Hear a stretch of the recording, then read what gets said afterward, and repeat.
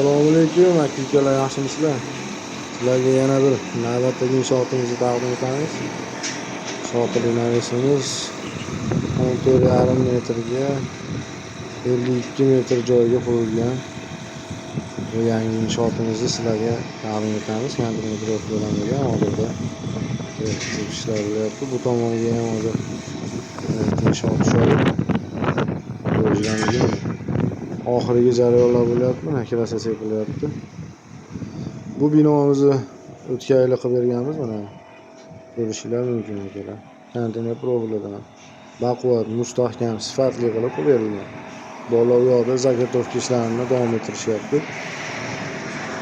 Ko'rib o'zinglar baho berishinglar mumkin ishimizga. Ustullari tikalandi, saroblar, xolalar qo'yildi. Firmalarning kiraskalanyapti. Borasi ertaga ko'tarishlari xabarlari. Bu binomiz navbatdagi narigi binolarimiz bor. Bu tomoniga parni qurib berganmiz konteyner bilan. Ko'rishinglar mumkin. Bepoyon joylar juda katta. Namangan viloyati Mingbuloq tumani Jamashuv degan shaharga qurib beryapmiz. Ko'rishinglar mumkin. 4,5 metrlik firmalar kiraskalash ishlari olib borilyapti.